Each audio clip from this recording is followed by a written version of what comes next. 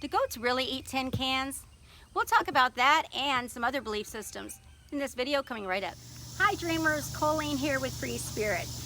It is an old wives' tale that goats eat tin cans.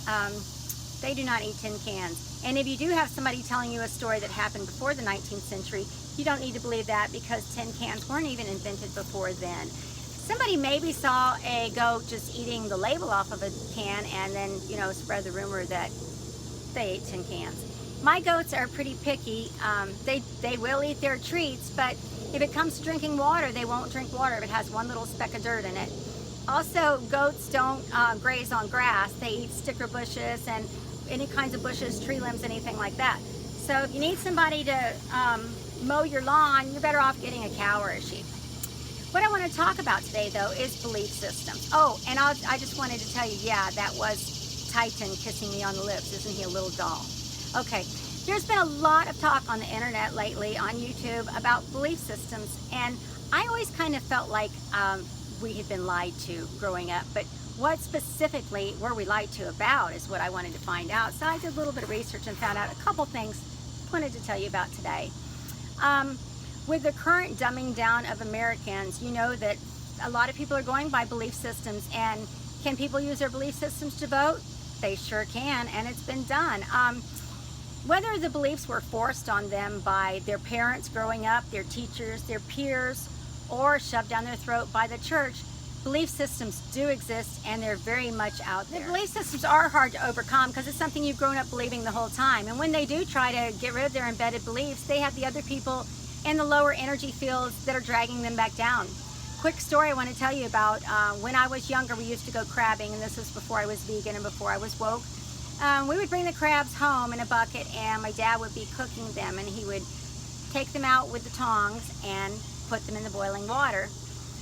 But the crab that was being taken out, the crabs in the bottom would grab onto him and be pulling him back down, and that's kind of what I picture when I think of the people in the lower not realms, but the lower energy levels, wanting to keep us there. They don't want to see anybody rise above. Belief systems can start at a very young age.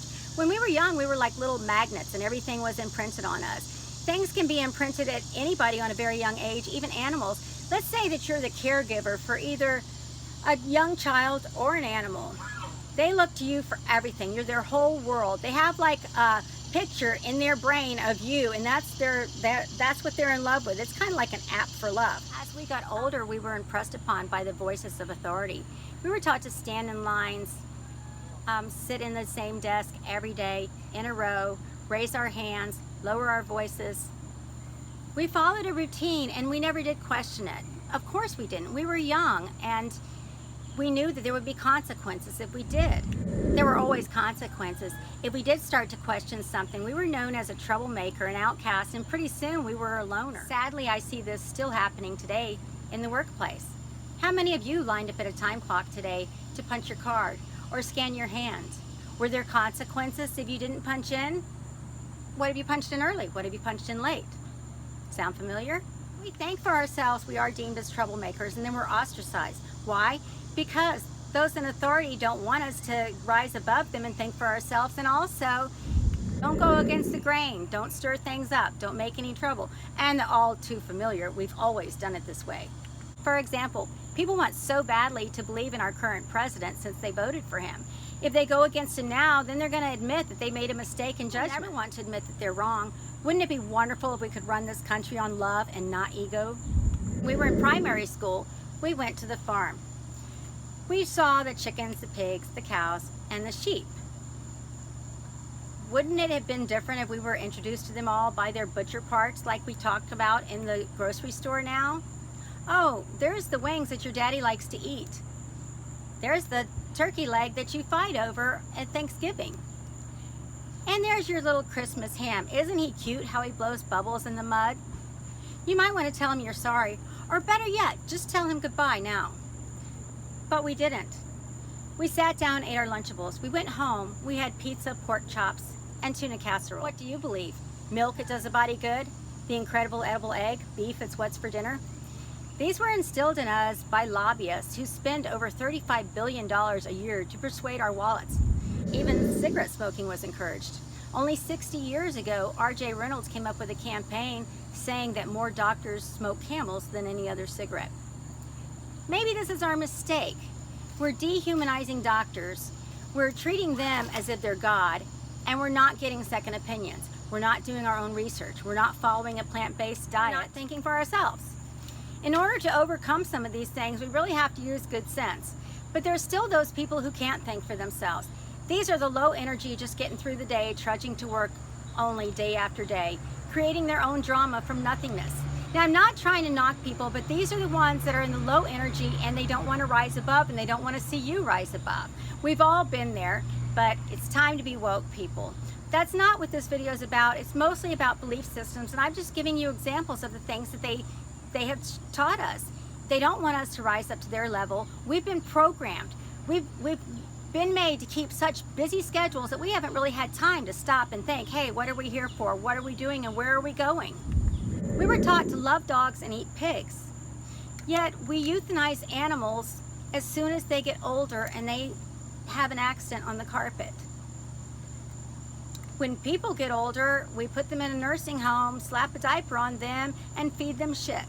As soon as they get to where they can't chew the shit anymore or swallow it, we're going to put a feeding tube in them to make sure they get their nutrients. This is the way we treat our elders. Old age is often viewed as distasteful in our society. In other cultures, families all live in one home with their elders, and they admire their elders for their wisdom and their respect. Several generations living under one roof. Wouldn't that be a wonderful way to learn your ancestral history? We were taught that we have to go to college to make something of ourselves.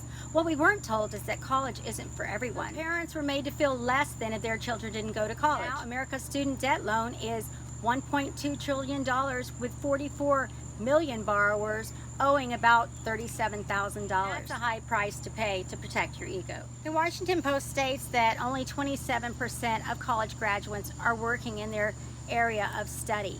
But there are many brilliant, successful people who didn't finish college, like Steve Jobs, John D. Rockefeller, Ted Turner, Henry Ford, and Ellen DeGeneres, who is worth $400 million. They told us that we should sleep 8 hours a night, but everybody's different. If you slept 8 hours every night and you lived until you were age 75, you would be sleeping for 25 years because it's 1/3 of your lifetime. There are people that are sleepless elites. If you think about Thomas Edison, he said that sleeping is just a waste of time. He slept only 3 or 4 hours a night. Winston Churchill used to take power naps of 2 hours a day. Barack Obama slept 4 to 6 hours a night during his presidency, and Nikola Tesla slept an average of 2 hours a night. Now, this isn't for everyone. Figure out when your prime time is, and when your energy is really low, that's when you should probably try a nap. Do this and figure out how many hours of sleep you need and let me know. Whether it's conspiracy theories or belief systems, do your own research. Find out what your own values are. Be somebody, not just the crowd. Find unbiased and evidence-based research. It's starting to get a little bit dark here now, so I just want to read a quote before the end. Put the old lady glasses on. I do recommend this book. It's wonderful. Rebel Buddha. I didn't do my homework on this, but I think it's Dzogchen Ponlop. And there's something in here that is exactly what I've been talking about. It says that Buddha once advised, do not believe in anything simply because you have heard it. Do not believe in anything because it is spoken and rumored by many. Do not believe in anything simply because it is found written in your religious books. Do not believe in anything merely on the authority of your teachers and elders. Do not believe in traditions because they have been handed down for many generations. But after observation and analysis, when you find that anything agrees with reason and is conducive to the good and benefit of one and all, then accept it and live up to it. Rebel Buddha. That's it for today, guys. I'll take off the old lady glasses, and I want you to please like, share, and hit the little bell so you can get my videos. And I'm going to end with some pictures of my meditation garden here. I want you to find your passion and grow with it. Until the next time, bye.